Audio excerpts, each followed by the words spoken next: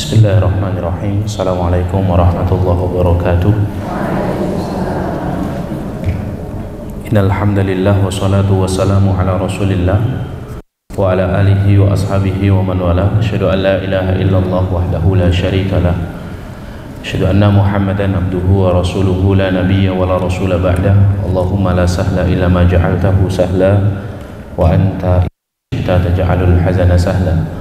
Rabbi shrah li sadri wa yassir li amri wahlul 'uqdatam min lisani yafqahu qawli. Allahumma la taj'al musibatana fi dinina wa la taj'alid dunya akbara hammina wa la mablagha ilmina. Allahumma 'allimna ma yanfa'una wanfa'na bima 'allamtana wa zidna ilma wa jannibna ma yadurruna fi dinina wa dunyana ya arhamar rahimin. Ya hayyu ya qayyum bi rahmatika nastaghith lana syu'unana kullaha wa la takilna ila anfusina tarfata ainin. Amma ba'du, ma'asyiral ikhwan wal akhwat, sholihin sholihat, bapak ibu, muslimin muslimat yang dimuliakan Allah Ta'ala. Alhamdulillahirabbil alamin, kita bersyukur kepada Allah Subhanahu wa Ta'ala, bersalawat kepada Nabiullah Muhammad sallallahu alaihi wasallam, keluarga, sahabat, tabi'in, tabi'ut tabi'in, dan orang-orang senantiasa istiqomah di atas jalan kebenaran, atas nikmat yang Allah berikan kepada kita, sehingga pada kesempatan yang mulia ini Allah memperkenankan kita semuanya untuk kembali mengkaji kitab dari kitab para ulama, karya dari karya para ahlul ilmi. Semoga kita mendapatkan keberkahan ilmu dari para ulama, dan semoga ilmu yang dapat kita pelajari pada pagi hari ini menjadi ilmu yang bermanfaat di dunia wal akhirah. Amin. Kita akan kembali bersama Dr. Muhammad Shalih Al-Munajjid hafizahullah ta'ala dalam kitab beliau Kaifa Amalahum Sallallahu Alaihi Wasallam, seni interaksi Rasulullah Sallallahu Alaihi Wasallam kepada orang-orang yang ada di sekitarnya. Kita sudah sampai pada bab terakhir, dan mungkin ini adalah episode terakhir dari kitab ini. Dari 6 bab yang ada, kita sudah memulai sejak mungkin sebelum pandemi. Awalnya majelis ini itu diadakan di malam hari, tapi kemudian setelah pandemi dimulai di pagi hari begitu. Alhamdulillah 6 bab sudah kita selesaikan. Bab pertama tentang bagaimana teladan Nabi Shallallahu Alaihi Wasallam dengan sifat-sifat beliau yang mulia. Bab kedua, interaksi Nabi SAW dengan keluarga, kerabat, dan saudara yang ada di sekitar beliau, anak-anak beliau, istri beliau, cucu beliau, kemudian tetangga-tetangga beliau, sahabat-sahabatnya, tamu, dan lain sebagainya. Kemudian bab ketiga, interaksi Nabi SAW dengan kelompok sosial tertentu, interaksi Nabi kepada pelayan, kepada kaum disabilitas, kepada orang yang tertimpa musibah, fakir miskin, orang-orang kaya, orang-orang yang punya pengaruh, tokoh, ya, memiliki status sosial yang tinggi, orang-orang yang punya keahlian tertentu, orang-orang yang berselisih. Kemudian bab keempat tentang interaksi Nabi SAW dengan segmen dakwah khusus seperti para mu'allaf, orang-orang badui, orang-orang awam, pelaku-pelaku dosa, orang-orang munafik, orang-orang kafir. Kemudian yang ke bab kelima, kita juga sudah membahas tentang interaksi Rasulullah SAW dengan umat secara keseluruhan, kaum wanita, orang yang berusia lanjut, kemudian anak-anak, itu sudah kita bahas. Di bab terakhir, di bab ke-6 ini, muallif hafizahullah ta'ala, penulis, membahas tentang ta'amulun Nabi Sallallahu Alaihi Wasallam ma'a ghairil basar, interaksi Nabi Sallallahu Alaihi Wasallam kepada makhluk selain manusia. Masya Allah, selain manusia. Sejatinya di bab ini ada 2 pembahasan, tapi kita ambil judul di pembahasan yang paling banyak saja. Ada 2 fasal atau 2 subjudul. Judul yang pertama akan kita bahas secara cepat saja, tapi kita nanti akan fokus pada judul yang kedua, yaitu interaksi Nabi SAW dengan binatang atau hewan. Judul yang pertama adalah Ta'amulun Nabi Sallallahu Alaihi Wasallam ma'al jin. Interaksi Nabi Sallallahu Alaihi Wasallam terhadap jin. Ya, jin ini kan bukan manusia ya, maka oleh muallif dimasukkan dalam bab ini, tapi tidak terlalu panjang pembahasannya. Ya, hanya ada beberapa poin pembahasan saja. Ya, karena ini penting untuk dibahas. Karena kita ini hidup bersampingan dan bertetangga dengan saudara kita dari kalangan jin, tapi pembahasannya tidak terlalu panjang, maka kita mulai kajian pada pagi hari ini dengan pembahasan pertama terlebih dahulu sebagai pengantar, kemudian kita nanti masuk pada judul yang tertera di flyer, yaitu interaksi Rasulullah SAW dengan hewan atau binatang. Nabi SAW itu diutus oleh Allah Subhanahu wa taala litsaqalaini, ya, litsaqalain, untuk dua makhluk yang punya tanggungan di hadapan Allah, ya, yaitu jin dan manusia. Wa ma khalaqtul jinna wal insa illa liya'budun, kata Allah, tidaklah aku menciptakan jin dan manusia kecuali untuk menyembahku, ya.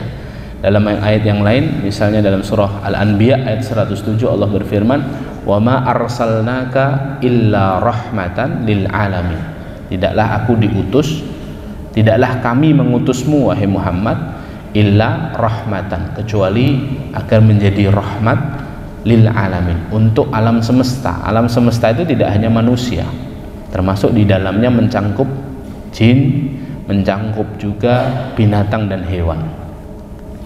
Maka hadirin dimuliakan Allah, dari ayat-ayat ini kita tahu bahwa ternyata Nabi juga berinteraksi dengan para jin, ya. Bahkan Nabi juga mendakwahi jin, hadirin. Dan kita tahu di dalam Al-Quran ada surah yang khusus membahas tentang makhluk Allah bernama jin ini, yaitu surat Al-Jin, dimana kita tahu dalam surah Al-Jin itu, dimana beberapa kelompok jin itu menerima dakwahnya Nabi SAW, ya. Mereka menerima dakwahnya Nabi. Misalnya dalam surah Jin ayat ke-1, coba Anda buka surah Jin di juz 29, di ayat yang pertama, Allah Subhanahu wa taala berfirman, a'udzubillahi minasyaitonirrajim, qul uhiya ilayya, bismillahirrahmanirrahim, qul uhiya ilayya annahu istama'a nafarun minal jinni faqalu inna sami'na qur'anan ajaba. Katakanlah, uhiya ilayya, katakanlah wahai Muhammad, telah diwahyukan kepadaku bahwa sekumpulan jin telah mendengarkan bacaan Al-Quran, lalu mereka berkata, inna sami'na qur'anan ajaba, sungguh kami mendengarkan bacaan yang menakjubkan. Yahdi ila rusydi fa'amanna bih walan nusyrika bi rabbina ahada. Jin-jin ini berkata, bacaan-bacaan Al-Quran itu memberi petunjuk kepada jalan yang benar, lalu kami beriman kepadanya, dan kami sekali-kali tidak akan menyekutukan sesuatu apapun, ya, dengan Tuhan kami, yaitu Allah, ya. Ayat ini menjelaskan kepada kita, jin itu ada yang muslim, ada yang kafir. Jin muslim dinamakan jin mukmin atau jin muslim, jin kafir namanya syaitan, ya, namanya syaitan. Jadi syaitan itu jin kafir, gitu ya. Ya, dan ini menunjukkan bahwa ternyata Nabi SAW juga membacakan Al-Quran untuk jin, dan banyak di antara kalangan jin ini yang kemudian beriman dan tertarik untuk menyembah Allah Subhanahu wa taala, ya. Bahkan Nabi SAW itu biasa, di dalam pembahasan di kitab ini disebutkan, Nabi biasa membacakan Al-Quran, ya, kepada para jin, ya. Ada seorang sahabat namanya Ibnu Mas'ud, ditanya oleh seorang tabi'in, tidak ahadun minkum ma'a Rasulillah fi lailatil jin, adakah di antara para sahabat yang ikut sama Rasulullah di malam ketika para jin itu beriman kepada Allah? Jadi kalau kita ke Mekah, ya, ada satu masjid di dekat Masjidil Haram, itu jaraknya tidak terlalu jauh, paling kalau jalan ya sekitaran 15 menit, ya. Ada satu masjid namanya masjid jin, gitu ya, Masjid Jin itu disitulah dulu tempat bagaimana Rasulullah membacakan Al-Quran dan kemudian banyak jin yang kemudian masuk Islam. Ya, nah hadirin muliakan Allah, ditanya sahabat Ibnu Mas'ud. Ya, kemudian jawaban sahabat Ibnu Mas'ud, la walakinna kunna ma'a Rasulillah dzata lailah. Tidak ada yang membersamai Rasulullah malam itu. Tapi kami pernah bersama Rasulullah di sebuah malam. Ya, kemudian kami kehilangan Rasulullah. Rasulullah tiba-tiba pergi sendiri. Ya, ternyata Rasulullah SAW berada di sebuah lembah. Ya, kemudian di lembah itu, ya, Rasulullah SAW membaca Al-Quran. Ya. Kemudian pagi harinya bertemu dengan kami, Rasulullah berkata, atani da'iya minal jin. Ya, atani da'iyul jin. Ya, telah mendatangiku seorang penyeru dari kalangan jin. Ya. Fadhahabtu ma'ahu. Kemudian aku pergi bersama penyeru ini, da'inya jin, ya. Jadi orang berpengaruh di jin, gitu ya. Aku pergi bersamanya, faqara'tu alaihimul Qur'an. Kemudian aku bacakan kepada mereka Al-Qur'an. Aku bacakan kepada mereka Al-Qur'an. Maka kemudian setelah aku bacakan kepada mereka, ya, kemudian mereka akhirnya takjub dengan bacaan tersebut, ya, takjub dengan bacaan Al-Quran tersebut, terutama ketika Rasulullah SAW membaca kalimat fabi ayyi ala'i rabbikuma tukadziban. Ya, nikmat, maka dengan nikmat Tuhan mana lagi, Tuhanmu yang mana lagi kamu dapat mendustakan. Ya, kemudian mereka berkata, la bi syai'in min ni'matika rabbina nukadzib falakal hamd. Tidak ada satupun dari nikmatmu yang kami dustakan ya Allah, dan kepadamu segala pujian. Ya, jin-jin ini beriman kepada Allah Subhanahu wa ta'ala. Nah, ini diantara interaksi Nabi SAW. Jika jin saja takjub dan mendengarkan serta mengimani firman Allah Subhanahu wa ta'ala dan membenarkan firman Allah Subhanahu wa ta'ala, maka seharusnya kita manusia, makhluk yang lebih sempurna daripada jin. Dan itu diakui Allah di dalam Al-Quran, laqad khalaqnal insana fi ahsani taqwim, kata Allah dalam surah At-Tin ayat 4 itu. Kami ciptakan manusia itu dalam sebaik-baik penciptaan. Manusia itu makhluk terbaik, penciptaan terbaik. Kalau jin saja beriman kepada Allah, ya, mau mendengarkan ayat-ayat Allah, maka manusia seharusnya lebih daripada itu dan lebih bersyukur daripada apa yang ditampilkan jin di hadapan Nabi SAW. Ya. Kemudian di antara interaksi lain yang disebutkan di dalam kitab ini adalah bagaimana Nabi SAW sangat memperhatikan makanan-makanan jin, hadirin. Ya, makanan-makanan jin. Suatu hari kata Abu Hurairah, ya, Nabi SAW itu melakukan perjalanan bersama para sahabat. Kemudian Rasulullah SAW minta izin untuk menjauh karena beliau ingin mengambil air wudhu dan buang hajat. Ya, buang hajat kemudian ambil air wudhu. Ya, kemudian Abu Hurairah ini, ya, karena para sahabat dulu memang orang-orang yang sangat ingin berkhidmat kepada Rasulullah SAW, mengikuti selesai buang hajat atau sebelum buang hajat, kemudian karena gelap Nabi SAW bertanya, man hadza, siapa yang mengikutiku? Ana Abu Hurairah, aku Abu Hurairah ya Rasulullah. Kemudian Nabi SAW mengatakan, ibghini ahjarun, bawakan kepadaku beberapa buah batu. Ya, buat apa? Buat istinja. Ya, fala ta'tini bi'adham wala birrawthah, jangan kamu datang membawa tulang, jangan pula kamu datang membawa kotoran hewan. Akhirnya Abu Hurairah bawa apa? Bawa beberapa batu. Kemudian setelah selesai Nabi SAW qadaul hajat selesai, ya, kemudian wudunya selesai, kemudian ditanya sama Abu Hurairah, ma balul 'adham warrawthah ya Rasulullah, ada apa dengan tulang dan kotoran hewan ya Rasulullah, kenapa tidak boleh? Kata Rasulullah, huma min ta'amil jin, ya, keduanya adalah makanan jin, ya. Maka jangan kamu, ya, janganlah kamu menggunakannya karena itu bagian dari mereka, ya. Makanya diantara sunnahnya kalau makan makanan yang bertulang itu tidak dihabiskan tulangnya, karena itu makanan apa? Makanan jin. Maka jin itu sebenarnya sangat sakit hati kalau ada makanan bandeng presto gitu ya, atau ayam lunak gitu ya. Ya, wah itu pangananku gitu ya. Manusia wis jantenan loh, ya. Semuanya dimakan gitu kan. Ya, jadi disisa. Ini bentuk perhatian Nabi SAW kepada kaum. Kemudian di antara pembahasan yang juga dibahas di dalam bab ini adalah Nabi juga mengingatkan kepada kaum muslimin untuk waspada terhadap gangguan jin mukmin.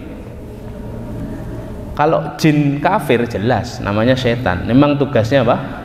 Ganggu manusia. Tapi kadang ada jin itu muslim tapi ya agak usil, ya sama kayak manusia ini kan muslim tapi agak usil juga ada gitu ya. Agak manusia muslim tapi jahat juga ada, yang fasik, yang kurang imannya kemudian berbuat kemungkaran ada. Begitu juga dari kalangan jin. Inna bil madinati jinnan qad aslamu. Di Madinah ini ada sekelompok jin yang mereka sudah beriman, sudah masuk Islam. Fa idza ra'aitum minhum syai'a, kalau kamu melihat penampakan mereka, ya, melihat penampakan jin-jin ini, fa'adzinuhu salasata ayyam, ya, maka izinkanlah mereka tinggal di tempatmu 3 hari, ya. Fa in badalakum ba'da dzalik faqtulu, kata Rasulullah. Kalau kemudian mereka kok setelah 3 hari kok masih aja penampakan gitu ya, masih aja gangguin, faqtulu, maka bunuhlah mereka, ya, karena mereka ini mengganggu. Fa innama huwa syaiton, berarti dia itu bukan jin, itu mesti syaiton, ya, itu mesti syaiton, kata Rasulullah, ya. Jadi hadis ini kata Imam Nawawi, ya, ini adalah peringatan dari Nabi SAW. Memang kadang-kadang ada dari kalangan jin yang kemudian kadang mengganggu manusia, makanya kita diminta untuk waspada gitu ya. Kalau masih 3 hari itu masih mungkin jin lewat saja, tapi kalau sudah berhari-hari adalah syaiton yang mengganggu manusia. Ada kejadian menarik di Universitas Islam Madinah. Ini kejadian diceritakan oleh Syekh bin Baz rahimahullahu taala. Suatu hari ada sekelompok mahasiswa yang pulang dari belajar, capek kan, belajar ilmu syar'i di Madinah. Kemudian setelah pulang, ada seorang mahasiswa ini yang masuk ke kamar. Kemudian di kamar di asrama itu ya, di asramanya kadang satu asrama itu beberapa orang gitu. Salah satu temannya itu teman dari Afrika, belum terlalu akrab karena baru-baru belajar.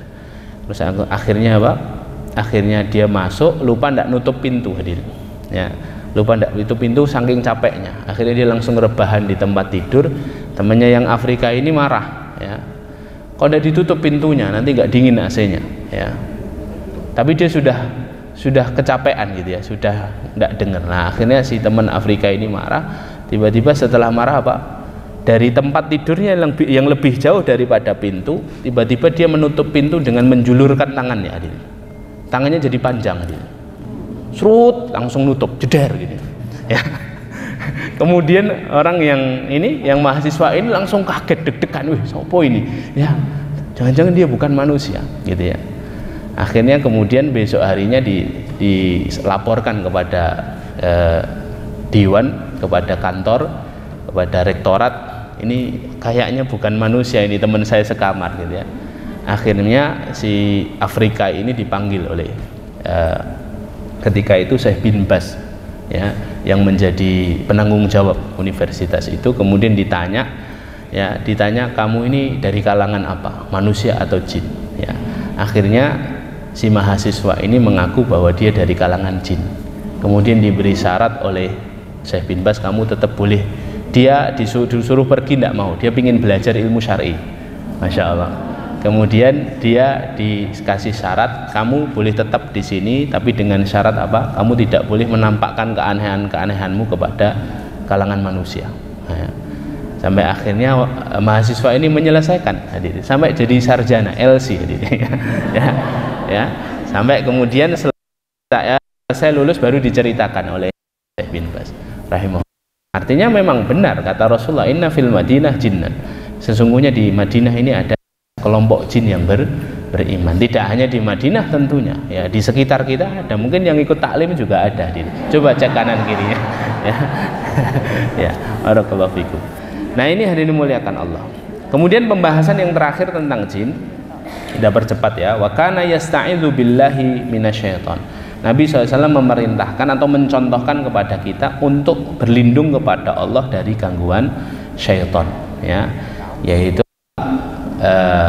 membaca ta'awud, minimal membaca ta'awud, a'udzubillahi minasyaitonirrajim, agar kita terhindar dari gangguan syaitan, atau kita membentengi diri kita dengan zikir pagi dan zikir sore, atau ketika kita ke sebuah tempat setidaknya kita membaca doa apa?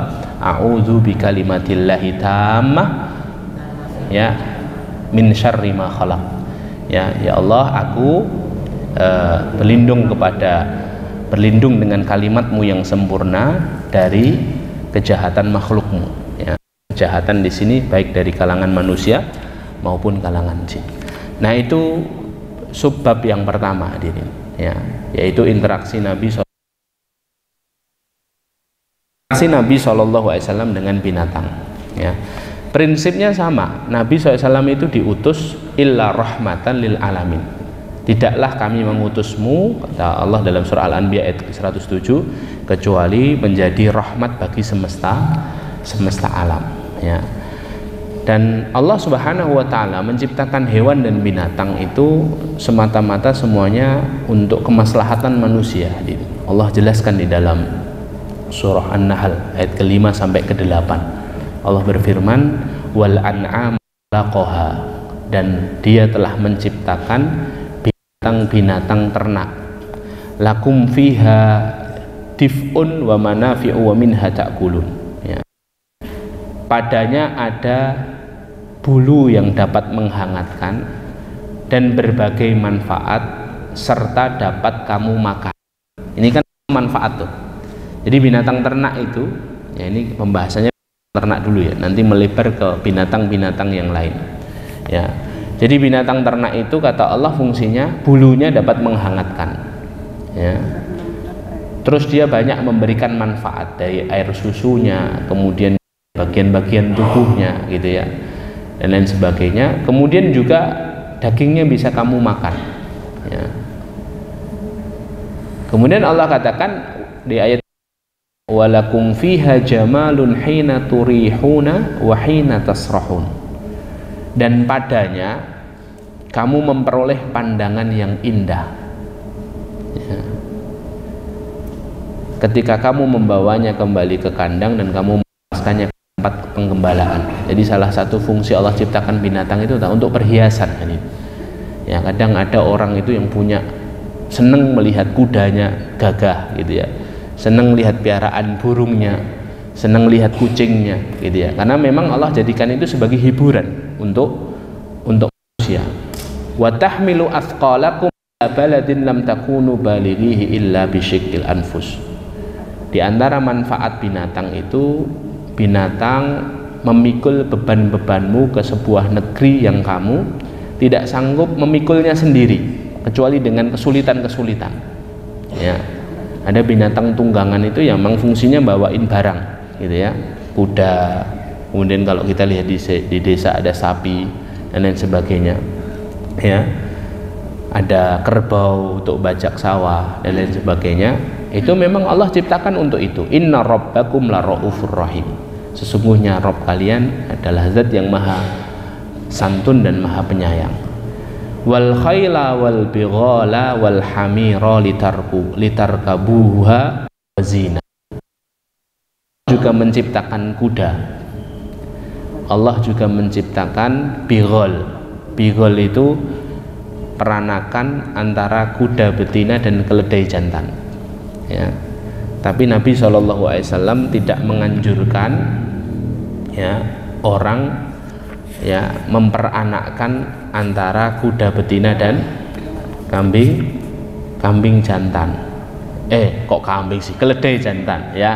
Kuda betina dan keledai jantan. Nanti jadinya bigol ya. Ada seorang yang mencoba mengawinkan antara keledai dan kuda betina ya, kemudian Rasulullah menegurnya dengan mengatakan ya, hanya mereka yang tidak tahu yang melakukannya, jadi tidak menganjurkan. Para ulama membahas mengapa Nabi tidak menganjurkan, karena nanti bisa menjadikan populasi kuda itu punah ya, karena bagaimanapun kuda itu lebih banyak manfaatnya daripada keledai, karena dia lebih kuat dan lebih bisa menjangkau tempat-tempat yang sulit dengan kekuatan kakinya ya, maka Nabi tidak menganjurkan. Tapi itu juga makhluk Allah gitu ya, dan disebut Allah dalam Al-Quran, wal khayla, dan kuda-kuda, wal bighala, dan bigol, wal hamiro, dan keledai, litarkabuha, bisa kamu jadikan untuk binatang tunggangan, wazinah, dan bisa kamu jadikan sebagai perhiasan, artinya bisa dijual belikan gitu ya. Wa yakhluqu ma la ta'lamun ya, dan Allah menciptakan apa yang kamu tidak mengetahuinya. Jadi banyak ciptaan Allah yang lain gitu ya, dari kalangan binatang. Hadirin muliakan Allah, kalau kita lihat kuda saja, kuda itu harganya macam-macam.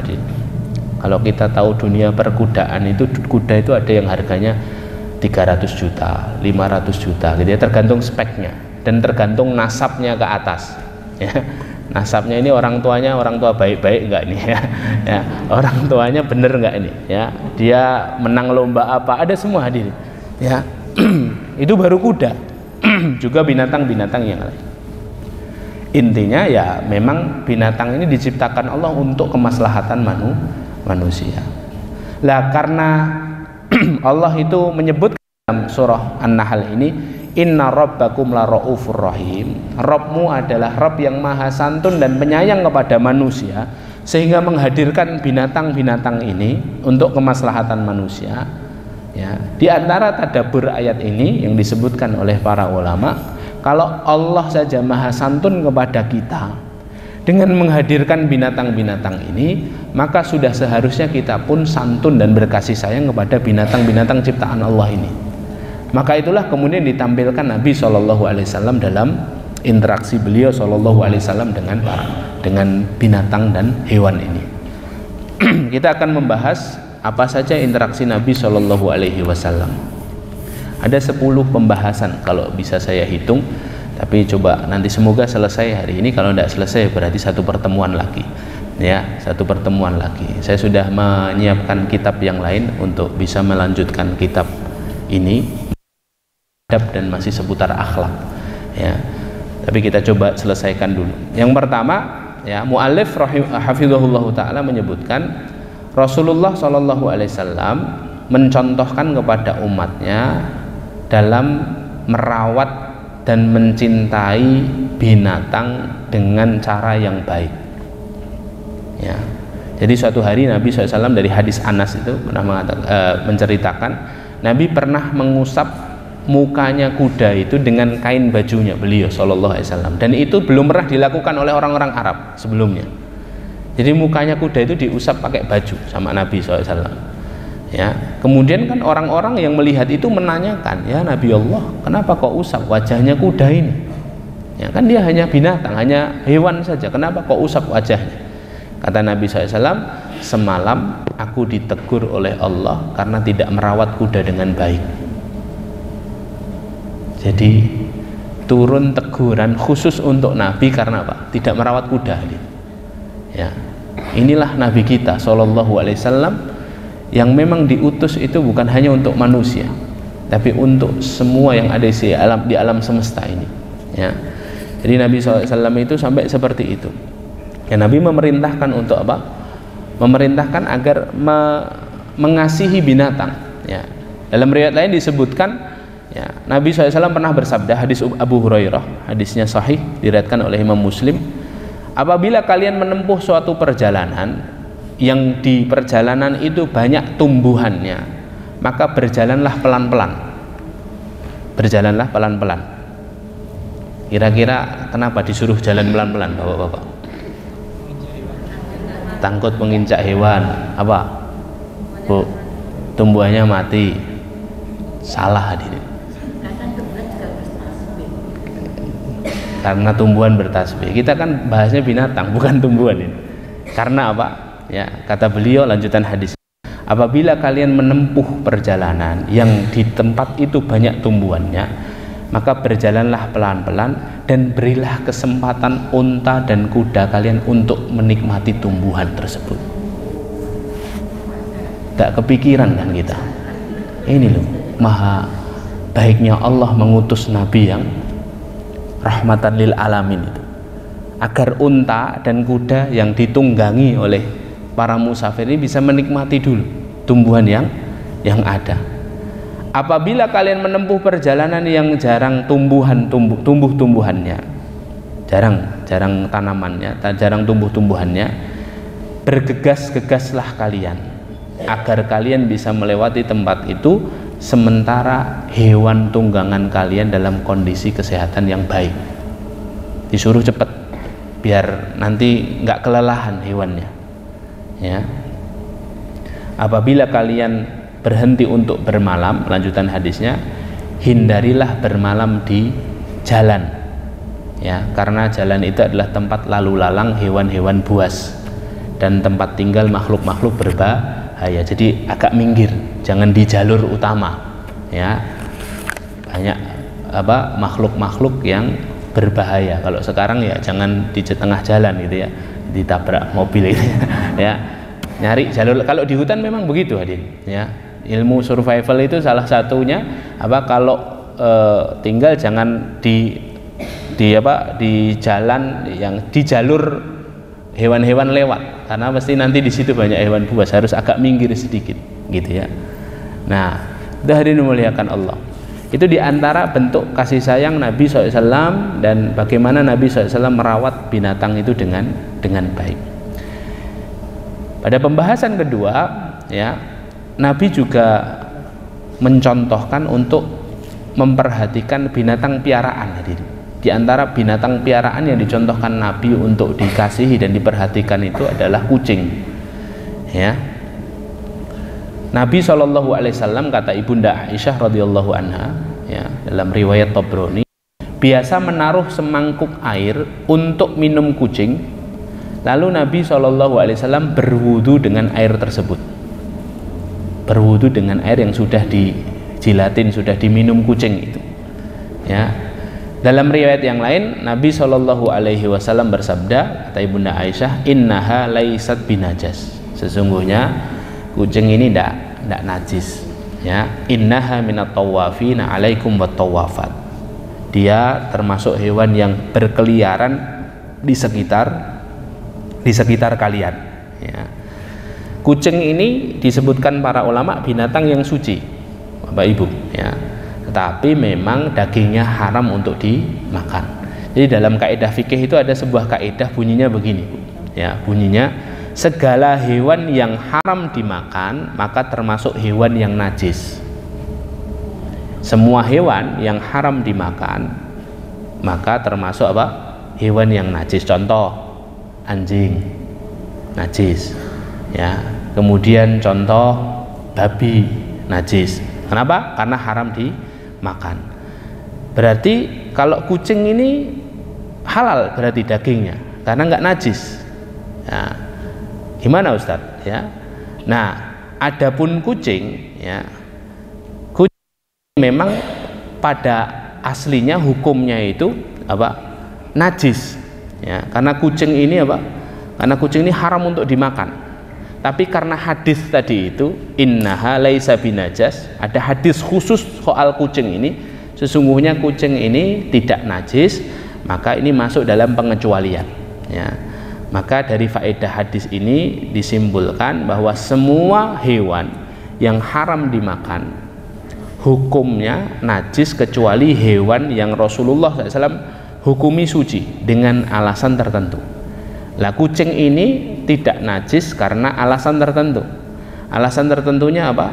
Ya, alasan kucing ini punya sesuatu yang tidak ditemui pada hewan lain. Apa? Ya, innaha minat tawafin lakum alaikum wa tawafat. Dia adalah hewan yang biasa lalu lalang di hadapan manusia, sehingga Islam ini memberikan satu keringanan. Ya, kalau kucing ini najis, waduh, rumah kita najis semua, gitu ya. Makanya untung Nabi kita SAW mengatakan ya bahwa tidak najis. Ya, sehingga Nabi pun mengambil air wudhu dari air bekas minuman kucing tadi itu. Ya. Pelajaran kedua yang harus penting untuk kita bahas juga, bahwa kucing memang tidak najis, tapi bukan berarti semua tubuhnya tidak najis. Hadirin. Kucing itu tidak najis hanya pada air liurnya, bekas minumnya, bekas makannya, keringatnya itu tidak najis. Adapun kotoran dan kencingnya kucing tetap saja najis. Darahnya kucing tetap saja najis. Ya, makanya ini pengecualian saja dari Nabi Shallallahu Alaihi Wasallam. Ya, makanya kemudian hadirin dimuliakan Allah, ini soal kucing ya. Jadi Nabi Shallallahu Alaihi Wasallam itu tetap memberi makan kucing, memberi minum kucing, ya. Dan kemudian ini adalah bentuk kasih sayangnya Nabi Shallallahu Alaihi Wasallam kepada kucing, ya, kepada hewan-hewan piaraan. Ya. Kemudian nanti kita akan bahas juga apa hukumnya mengebiri binatang nanti pada babnya ya. Ini kita bahas satu-satu dulu. Kemudian pembahasan yang ketiga, Nabi melarang memperkerjakan binatang secara berlebihan, hadirin. Ya, Nabi tidak memperbolehkan binatang itu dipekerjakan secara berlebihan. Ya. Suatu hari kata sahabat Abdullah bin Ja'far ini putra dari Ja'far bin Abi Thalib, ya. Dan sahabat Abdullah bin Ja'far ini adalah sahabat yang masih kecil usianya, ya. Suatu hari Rasulullah memboncengkanku. Beliau masuk ke sebuah kebun milik salah seorang kaum Ansor dan melihat seekor unta. Ketika melihat unta tersebut, ya, unta tersebut menangis, kelihatan nangis gitu ya. Kayak sapi itu ya, kadang-kadang sapi kalau mau disembelih kan nangis gitu ya. Ya. Rasulullah mendekati dan menepuk-nepuk kepalanya. Ya. Lalu kemudian Rasulullah SAW bertanya kepada orang yang ada di situ, milik siapa unta ini? Unta ini milik siapa? Maka seorang Ansor berkata, milikku ya Rasulullah. Maka Rasul bersabda, kamu harus bertakwa kepada Allah. Ittaqillah, bertakwalah kamu kepada Allah mengenai binatang yang telah Allah berikan kepadamu ini. Ia mengeluh bahwa kamu membuatnya kelaparan, dan ia mengeluh kamu membebaninya dengan pekerjaan yang berlebihan, ya. Jadi nangisnya si unta ini karena apa? Jarang dikasih makan, tapi dipekerjakan dengan pekerjaan yang berlebihan, ya. Nah, ini juga diingatkan oleh Nabi Shallallahu Alaihi Wasallam, ya. Dan Nabi juga melarang seseorang itu ngobrol di atas tunggangan, hadirin, ya. Dalam banyak riwayat disebutkan, ya, ketika beberapa orang itu duduk di atas tunggangan mereka, kuda di atas unta mereka, kemudian mereka di atas tunggangan itu ngobrol lama gitu ya. Kemudian Rasulullah SAW bersabda, ya, tunggangilah kendaraan kalian, binatang tunggangan kalian dengan belas kasihan, ya, dan turunlah kalian ketika kalian sudah tidak perlu menungganginya, ya. Artinya kalau ngobrol itu di bawah saja. Coba lihat perhatian Nabi SAW kepada binatang begitu, hadir. Ya, Abu Hurairah juga mengatakan, Nabi SAW pernah mengatakan, jangan menggunakan punggung hewan tungganganmu sebagai mimbar, ya. Jadi membiarkan binatang tunggangan berdiri hanya untuk berbicara lama di atasnya atau tawar menawar di dalam pasar, di atas barang, di atas hewan tunggangan. Jadi adabnya itu suruh turun dulu, hadir. Karena perhatian Nabi SAW kepada binatang, ya. Ini yang ketiga, ya, tidak boleh membebani secara berlebihan, ya.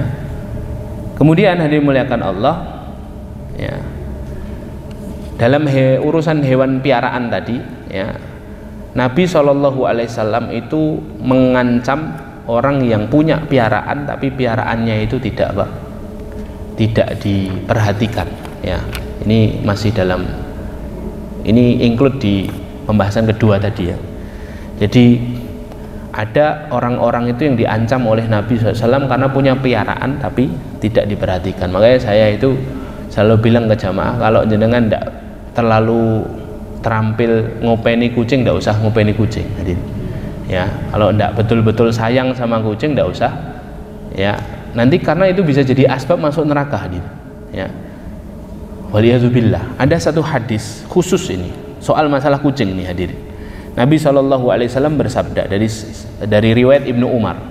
Ya, kata Nabi SAW, "Udzibat imra'atun fi hirrah, habasatha hatta matat." Ya, seorang perempuan diazab di dalam neraka karena seekor kucing yang dia kurung sampai mati. Ya. Ju'an itu karena kelaparan. Ya. Fadakhalat fiha an-nar. Orang ini masuk neraka. Ya. Kemudian Nabi SAW mengatakan, la hiya at'amatha wala saqatha hina habasatha. Dia tidak memberi makan, tidak memberi minum ketika dia mengurungnya, juga tidak melepaskannya agar bisa memakan serangga yang ada di sekitarnya. Ya. Jadi hadis ini menunjukkan bahwa ya, orang-orang yang kira-kira punya hewan peliharaan tapi tidak pernah, ini nggak hanya berlaku pada kucing ya, pada hewan peliharaan lain, burung misalnya atau yang lainnya, maka ancamannya adalah neraka hadir ya, karena berarti dia berbuat zalim kepada makhluk Allah Subhanahu wa ta'ala. Sebaliknya, orang yang berbuat baik kepada binatang, berkasih sayang kepada binatang, Allah janjikan ampunan dari dosa-dosa yang pernah dia lakukan ya. Jadi ada dua hadis yang tentang anjing sendiri. Hadis yang pertama, hadis yang masyhur ya, yang dimana Rasulullah pernah bersabda, suatu ketika ada seekor anjing mundar-mandir di tepi sumur, kehausan, ya, hampir mati kehausan. Kemudian seorang perempuan pelacur Bani Israel, ya, dia ini bukan hanya perempuan biasa, tapi perempuan pelacur, ya, berarti dia pelaku zina gitu ya. Kebetulan melihat anjing ini, kata Rasulullah. Kemudian dia melepaskan sepatunya, sepatu kulitnya, kemudian mengambil air di sumur itu, kemudian memberikan air itu kepada anjing ini. Ya, kemudian kata Rasulullah, Pak, ya, faqad ghufira laha. Ya, dan Allah telah mengampuni dosa-dosanya karena perbuatannya itu. Dalam hadis yang lain disebutkan, ya, Rasulullah bersabda, ketika menempuh sebuah perjalanan, seorang laki-laki yang merasakan kehausan. Kemudian ketika dia menemui sebuah sumur, dia turun ke dalamnya untuk minum airnya. Ketika hendak meninggalkan sumur itu, dia melihat anjing yang terengah-engah karena kehausan.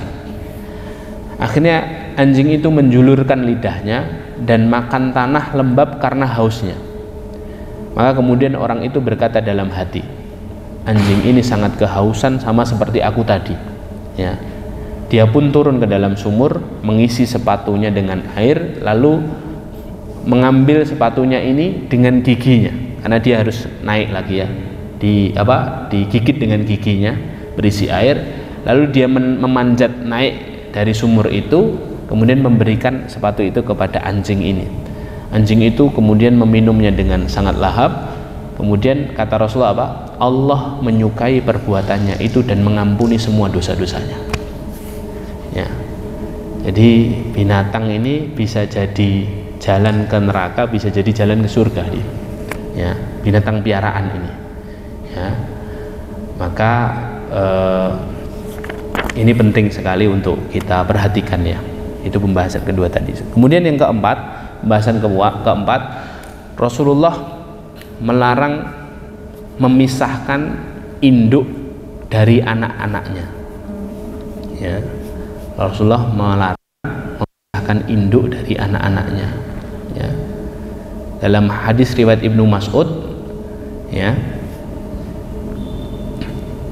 Rasulullah sedang melakukan perjalanan dengan beberapa orang sahabat, terus Rasulullah buang hajat, pulang dari buang hajat, ngelihat sahabat itu ngelihat ada sarang burung, ya, di sebuah pohon ada sarang burung yang punya 2 anak, ya, 2 anak burung. Kemudian anak-anak burungnya ditangkap, kemudian induknya itu mengepak-ngepakkan sayapnya karena anaknya diambil sama para sahabat ini. Kemudian Rasulullah yang kembali bertanya kepada para sahabat, siapa yang membuat burung ini gelisah? Karena anak-anaknya, kata Rasulullah. Maka kembalikan anak-anaknya kepada induknya. Ya.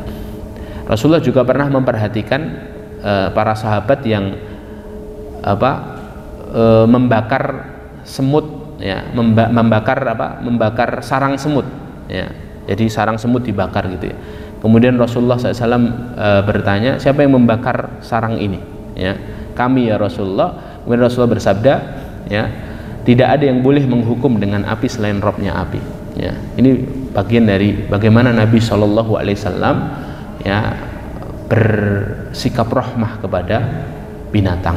Ya, jadi tidak boleh, ya, memisahkan induk dengan anaknya sebelum betul-betul si anak ini sudah kemudian bisa hidup tidak bergantung kepada induknya. Ya, anak kucing biasanya, ya, anak kucing baru lahir sudah dikasihkan, nggak bisa hidup nanti, ya. Ya, biarkan agak gede dulu baru sebenarnya dibagi-bagikan ke yang lain, gitu, yang mau memelihara. Kemudian yang kelima, Rasulullah melarang menembak binatang dengan anak panah hanya untuk dijadikan sasaran. Jadi melarang binatang itu cuma dijadikan sasaran permainan, gitu ya.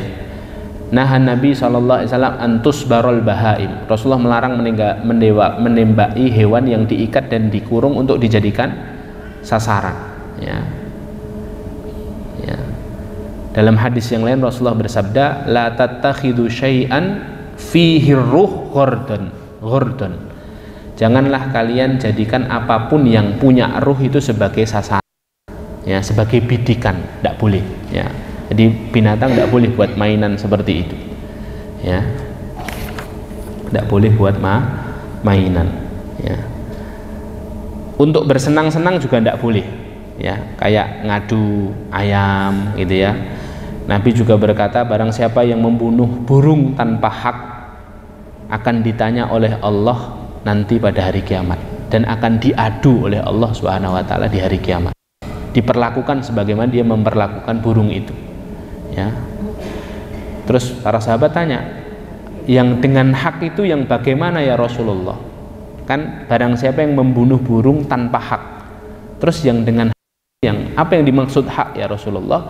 Kata Rasulullah, an yuzabihahu antazbahahu wa taqtulahu. Ya, kamu menyembelihnya kemudian kamu memakannya. Ya.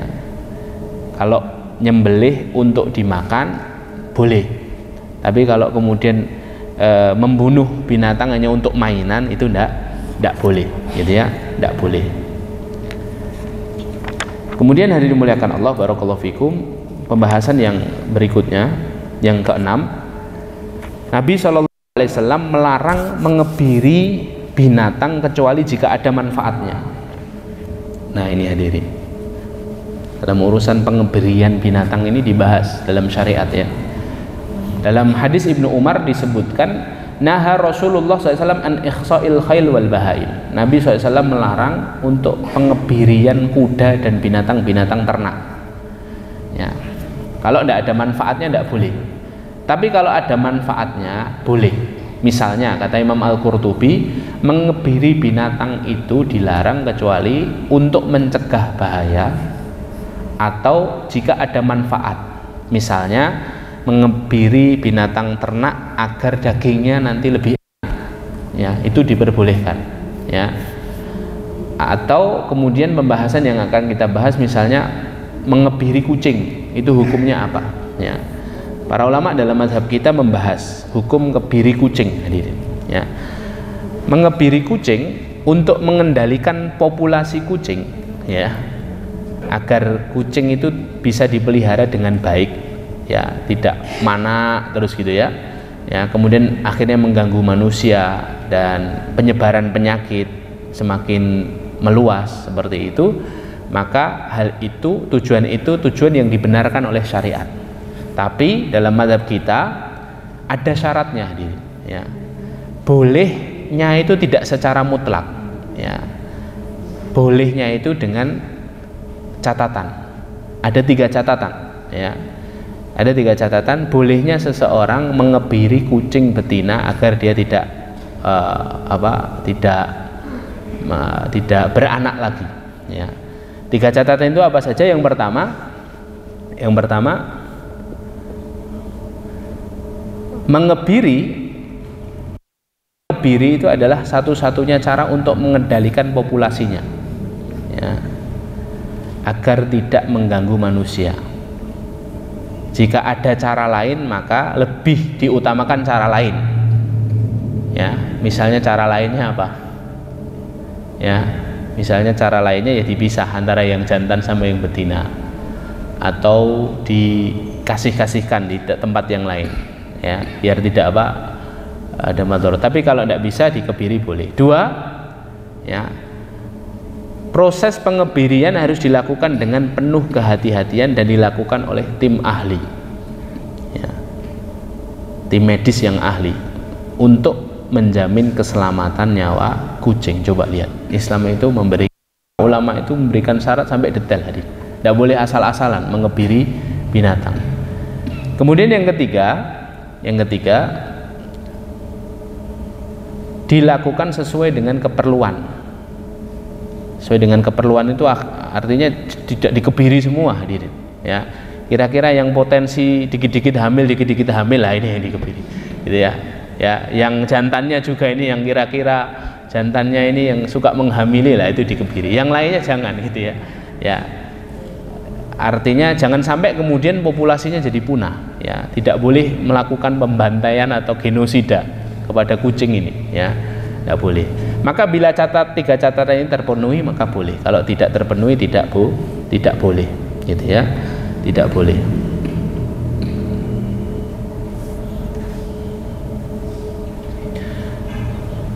Dalam urusan mengebiri ini, Nabi SAW itu biasa juga menyembelih domba yang memang sengaja dikebiri sejak kecil agar dagingnya enak. Kata Ibunda Aisyah, setiap kali Rasulullah menyembelih hewan kurban, Rasulullah menyembelih 2 domba putih gemuk bertanduk yang sudah dikebiri, nah dagingnya biar enak. Yang 1 domba disembelih Rasulullah atas nama umatnya yang bersaksi kepada keesaan Allah dan kerasulan Nabi SAW. Kemudian yang satunya disembelih atas nama diri dan keluarganya. Nah, ini jadi dalil juga bolehnya kita menyembelih atas nama orang lain, baik yang masih hidup maupun yang sudah meninggal, ya. Ini jadi dalil yang disebutkan oleh para ulama, karena para ulama memang khilaf, ya, boleh tidak menyembelih untuk orang yang sudah meninggal, maksudnya di atas namakan orang yang meninggal. Sebagian tidak memperbolehkan, sebagian memperbolehkan. Yang memperbolehkan mengambil dalil ini tadi, bahwa Rasulullah itu menyembelih hewan kurban di atas namakan umatnya. Lah umatnya ini kan umum, ada yang sudah meninggal, ada yang belum meninggal. Nah, itu diperbolehkan. Ini pembahasan yang ke-6. Pembahasan yang ke-7, ya, selesaikan aja sekalian, Bu, ya. Pembahasan yang ke-7 memang agak berat ini, Bu, tapi bertahanlah sebentar, ya. Ya, begini kalau ngaji kitab, ya, agak kudu konsen, ya, nggak banyak dagelnya, gitu ya. Ya, tapi insya Allah manfaat, ya, untuk kita, interaksi kita dengan kucing-kucing kita di rumah, ya. Ya. Yang ke-7, bentuk perhatian Nabi SAW kepada binatang itu juga ditampilkan oleh Nabi dengan bagaimana Nabi merinci, ya. Ternyata ada hewan-hewan yang dilarang oleh Nabi untuk dibunuh, dan ada hewan-hewan yang dianjurkan Nabi untuk dibunuh, ya. Ada yang dilarang untuk dibunuh, ada yang dianjurkan untuk dibunuh. Dalam sebuah riwayat disebutkan, riwayat Ibnu Abbas, naha Nabi SAW, Nabi melarang untuk membunuh 4 hewan. Semut tidak boleh dibunuh, lebah tidak boleh dibunuh. Ya, semut tidak boleh dibunuh, lebah tidak boleh dibunuh, hudhud, burung hudhud tidak boleh dibunuh, burung surot tidak boleh dibunuh. Surot itu elang alap-alap. Ya, semut tidak boleh dibunuh, ya, kecuali semut yang berbahaya, ya, semut yang berbahaya, yang ganggu, yang gigit dan lain sebagainya boleh. Tapi kalau enggak boleh dibunuh. Ya, nggak boleh dibunuh karena dia adalah makhluk Allah Subhanahu wa Ta'ala, yang juga dibahas di dalam kisah Nabi Sulaiman dan tentaranya, ya, yang kemudian semut-semut pada sembunyi karena Nabi Sulaiman dan tentaranya lewat gitu, ya. Bahkan dalam hadis Abu Hurairah riwayat Bukhari disebutkan Nabi SAW bercerita, ada dahulu seorang nabi yang digigit semut. Kemudian karena digigit semut sakit kan, akhirnya nabi ini memerintahkan kaumnya untuk membakar semua sarang semut. Karena kemudian semua sarang semut dibakar, Allah Subhanahu wa Ta'ala mewahyukan sebuah teguran untuk nabi ini. Ya, bunyi tegurannya, halla namlatan wahidah fa innaka qad akhraqta ummatan tusabbihu lillah. Ya, halla ummatan wahidah, halla namlatun wahidah, bagaimana mungkin gara-gara satu semut kamu membunuh dan membakar semua semut, padahal semut itu adalah umatnya Allah yang selalu bertasbih kepada Allah. Ya, jadi tidak boleh, ya. Ya, jadi kalau yang gigit semut, ya yang dibunuh yang itu saja, yang lainnya jangan dibunuh, gitu ya, jangan dibunuh, ya. Selama tidak mengganggu, tidak ada masalah. Semut, lebah tidak boleh dibunuh karena ya menghasilkan apa? Madu. Ya. Adapun hudhud dan surat itu tidak boleh dibunuh karena apa? Karena dagingnya dimakan oleh orang-orang Arab. Selama dia bermanfaat, maka tidak boleh dibunuh. Afan, karena diharamkan makan dagingnya, bukan karena dimakan. Ya. Jadi orang-orang Arab itu awalnya tidak suka makan daging surot dan daging daging hudhud, sehingga kemudian sekalipun langsung juga diharamkan oleh syariat, gitu ya. Nah, ada juga kategori hewan-hewan yang dianjurkan untuk dibunuh, hadirin, karena madorotnya, ya, diperintahkan untuk dibunuh. Khamsun minal fawasik tuktalu fil halli wal haram. Ya, ada 5 yang merugikan, yang boleh dibunuh di tanah halal maupun tanah haram. Ya, di tanah haram di Mekah atau di luar itu boleh dibunuh. 5 itu apa saja? Yang pertama adalah ghurab. Ghurab itu gagak dan burung-burung buas lainnya. Ya. Yang kedua hayyah. Hayyah itu ular. Yang ketiga al-kalbul akur, anjing liar. Anjing liar. Yang keempat akrob. Akrob itu kalajengking. 5 fa'roh. Fa'roh itu tikus. Ya, tikus itu kan merugikan, jadi boleh dibunuh. Lihat, bahkan syariat ini merinci, hadirin, mana yang boleh dibunuh, mana yang tidak boleh dibunuh.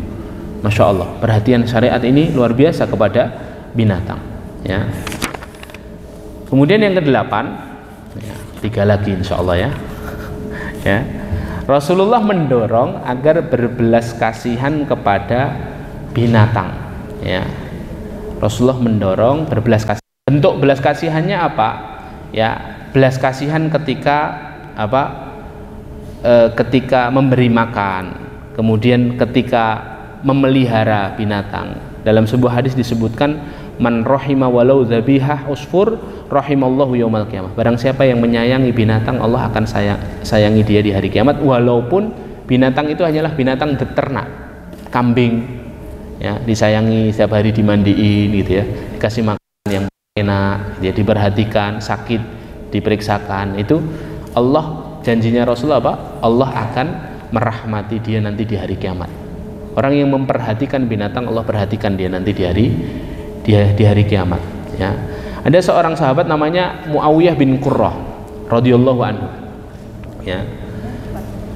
Dia berkata, ada seorang laki-laki datang ke Rasulullah kemudian berkata, "Ya Rasulullah, aku itu kasihan kalau menyembelih kambing. Aku tidak tega, nyembelih itu nggak tega. Ya, aku punya domba, punya kambing di rumah, tapi untuk nyembelih itu aku nggak tega karena setiap hari aku hidup sama dia." Gitu ya. Kemudian Rasulullah SAW berkata, "Wasyatu wa in rahimtaha rahimakallah." Ya, adapun kambing yang kamu pelihara, kalaupun kamu mengasihinya, kamu tidak tega menyembelihnya, Allah nanti juga akan mengasihimu nanti di hari kiamat. Ya, masya Allah. Ya, jadi juga dilarang kita ya untuk mencemooh dan melaknat binatang hadirin. Ya, kadang-kadang ada binatang yang usil itu tidak boleh dikata-katain hadirin. Ya, Rasulullah itu pernah bersabda, "La tasubbudika." Jangan kamu mencaci maki ayam. Ya, tidak boleh caci maki ayam. Fa innahu yuqidu lis-shalah. Sesungguhnya ayam itu membangunkan kalian untuk sholat. Ya. Jadi banyak ulama termasuk diantaranya Imam Al-Manawi dan Imam Al-Halimi rahimahullah, beliau mengatakan ya hadis ini menunjukkan kepada kita ya bahwa segala sesuatu yang bermanfaat itu tidak boleh dicela. Ya.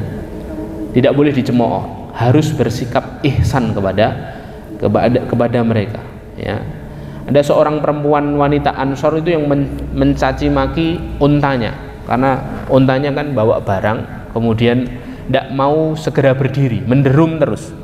Akhirnya kemudian dicaci maki, diolok-olok, kemudian Rasulullah melihat itu, kemudian Rasulullah berkata, "Khuzu ma 'alaiha." Ya, turunkan semua bebannya, fada'uha, tinggalkan wanita ini, fa innaha mal'unah, karena wanita ini terlaknat. Sampai Rasulullah bilang terlaknat. Karena apa? Karena mencaci maki binatang hadirin. Ya, lihat perhatian Nabi kita SAW kepada binatang. Kemudian yang kesembilan, Nabi memerintahkan untuk berlaku baik ketika menyembelih binatang. Kalau ini hadisnya masyhur ya. Kata Rasulullah SAW dalam sebuah hadis, "Innallaha katabal ihsan ala kulli syai'." Nah, Allah Subhanahu wa taala memerintahkan kita untuk berbuat baik kepada segala sesuatu. Ya. Fa idza qataltum ya fa ahsinul qitlah. Kalau kamu membunuh hewan sembelian, maka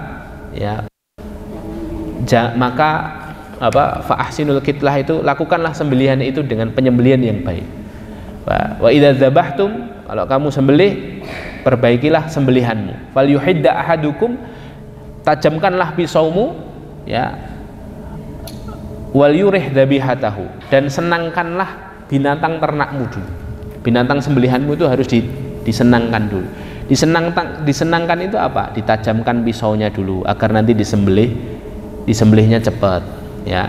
Kemudian hindari mengasah pisau di hadapan binatang sembelihan. Kemudian hindari juga menyembelih hewan di depan hewan yang lain ya. Kemudian juga tidak boleh menyeret hewan itu ke tempat penyembelihan, tidak boleh. Harus dengan tenang, dengan berkasih sayang ya. Seperti itu ya. Ada seorang sahabat yang mau nyembelih, dalam hadis riwayat Al-Hakim disebutkan, ada seorang sahabat itu yang mau nyembelih kambing, kemudian ngasahnya itu baru ketika kambingnya dijatuhkan, baru ngasah pisau. Kemudian Rasulullah SAW menegur sahabat ini dengan berkata, "Aturidu an tumitaha mautat?" Apakah kamu mau membunuhnya berkali-kali? Apakah kamu mau menyembelihnya berkali-kali sembelihan? Ya, halla hadatta safrataka qabla an tudji'aha. Ya, seharusnya kamu asah pisaumu dulu sebelum kamu membaringkan domba ini. Teguran Rasulullah seperti itu kepada sahabat itu tadi ya. Kemudian hadirin muliakan Allah, barakallahu fikum, yang ke-10 terakhir ini ya. Larangan, Rasulullah melarang memelihara anjing di rumah kecuali karena 3 sebab. khusus anjing ini ya, pembahasan ke-10 khusus anjing. Ada yang di rumah punya anjing, Bu? Ya. Ada sebagian jamaah yang di rumahnya punya anjing memang. Ya, saya temukan beberapa binaan ngaji di rumahnya punya anjing. Tapi apakah punya anjing di rumah itu dilarang secara mutlak? Lah kita bahas ini, ya. Kita bahas, ya. Jadi hadirin muliakan Allah, ada sebuah hadis dari Rasulullah khusus tentang anjing ini. Kata Rasulullah dalam hadis Muslim, "Maniqtana kalban laisa bi kalbi saydin wala masyiatin wala ardin fa innahu yunqasu min ajrihi qiratan kulla yaum." Kata Rasulullah, barang siapa yang memelihara anjing di rumahnya, bukan anjing untuk pemburu, bukan anjing pemburu, bukan anjing untuk menjaga kebun, ya, atau apa, masyiyah itu ya kebun, masyiyah itu anjing untuk apa namanya, untuk ternak, anjing untuk berternak, artinya menjaga peternakan, wala ardin, menjaga kebun, ya, fa innahu yunqas min ajrihi syai'a, ya, barang siapa yang melakukan itu maka akan berkurang setiap hari pahalanya 2 qirat. 2 qirat itu sebesar gunung Uhud, setiap hari kurang. 2 qirat. Gunung Uhud itu gunung yang terbentang sekitar 3 km, 6 km, 6 sampai 7 km. Ya, kalau kita datang ke makam syuhada Uhud itu di sebelah kanan ada gunung Uhud. Ya. Jadi orang yang melihara anjing bukan karena 3 sebab itu, pahalanya kurang terus setiap hari. Dia beramal tapi pahalanya kurang, ya. 1, anjing pemburu, 2, anjing untuk apa? Jaga peternakan, 3, anjing untuk jaga sawah atau jaga ladang, ya.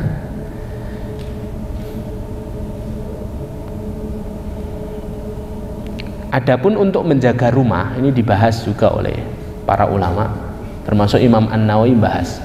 Kalau jaga rumah gimana, Ustaz? Rumah itu kan bukan peternakan, bukan juga sawah atau perkebunan, ya. Jaga rumah para ulama khilaf, ya. Ada yang memperbolehkan, ada yang mengharamkan. Yang mengharamkan melihat tekstual hadis ini tadi, karena tidak ada kata rumah. Yang memperbolehkan melihat dari fungsinya sama, ilahnya sama, untuk jagain harta tuannya, gitu ya, maka diperbolehkan.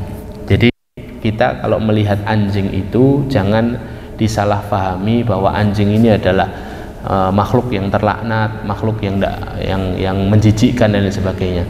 Anjing itu haram dagingnya, najis air liurnya di satu sisi. Tapi Nabi kita SAW memang fisiknya ini haram, ya. Tapi kita juga harus memperlakukannya dengan baik. Hadisnya kan banyak. Hadis tentang tadi wanita pelacur yang ngasih minum, itu kan anjing. Hadis tentang anjing Ashabul Kahfi, anjing satu-satunya binatang yang disebutkan Allah Subhanahu wa taala di dalam Al-Quran dan dimuliakan, diulang oleh Allah berkali-kali, anjingnya Ashabul Kahfi. Ini menunjukkan bahwa anjing itu ya makhluknya Allah Subhanahu wa ta'ala yang tetap harus disayangi dan harus dikasihi, begitu ya. Allahu a'lam bishawab. Ini hadirin dimuliakan Allah, kesimpulannya adalah bahwa Nabi SAW itu sangat mulia dalam perbuatan, ucapan, dan juga teladan beliau SAW kepada umatnya. Jadi Nabi itu ternyata diutus bukan hanya untuk manusia, bukan hanya untuk kalangan jin, tapi juga untuk binatang dan tumbuhan, yang semuanya itu memberikan kebaikan untuk alam semesta.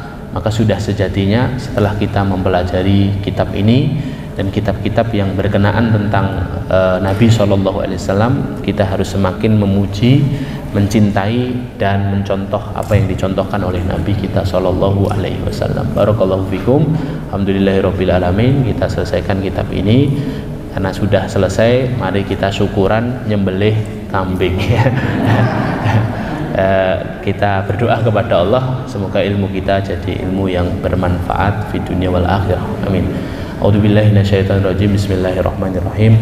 Alhamdulillahirabbil alamin, hamdan yuwafi ni'amahu wa yukafi'u mazidah. Ya Rabbana lakal hamdu kama yanbaghi li jalali wajhikal karim wa 'azimi sultanik. Allahumma ya Allah, ya Hayyu ya Qayyum, bi rahmatika nastaghits.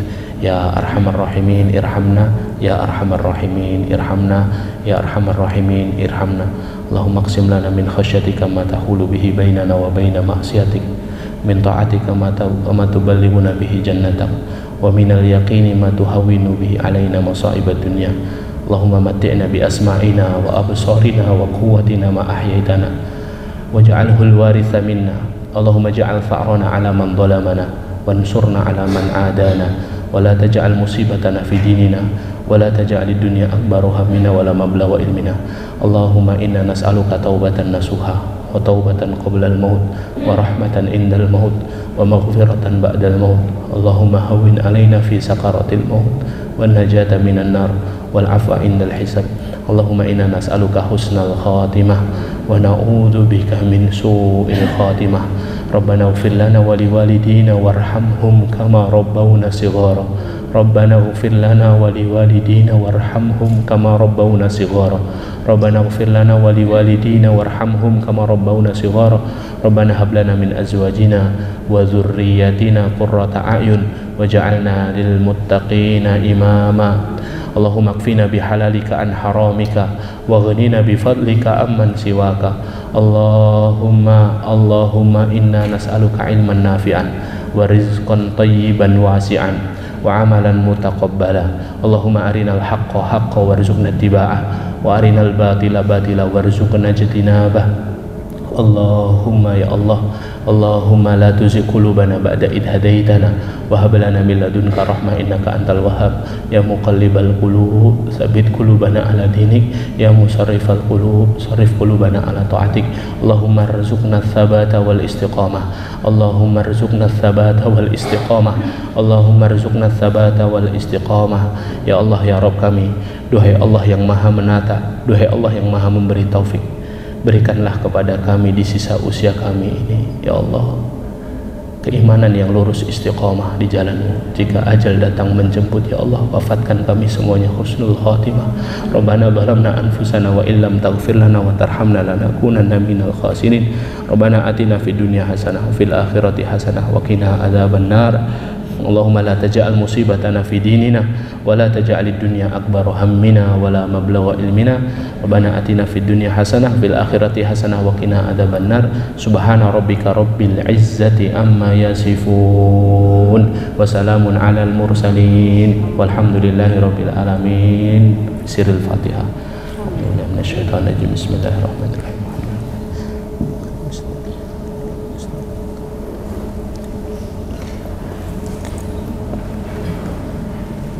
Alhamdulillahirabbil alamin. Kita tutup majelis ini dengan bacaan hamdalah dan kafaratul majelis. Alhamdulillahirabbil alamin. Subhanakallahumma bihamdika asyhadu an la ilaha illa anta astaghfiruka wa atubu ilaik. Untuk selanjutnya nanti biar diinfo sama takmir dan pengurus lanjut atau libur gitu ya. Kalau libur alhamdulillah, kalau lanjut nanti kita kasih info kitab berikutnya apa. Assalamualaikum warahmatullahi wabarakatuh.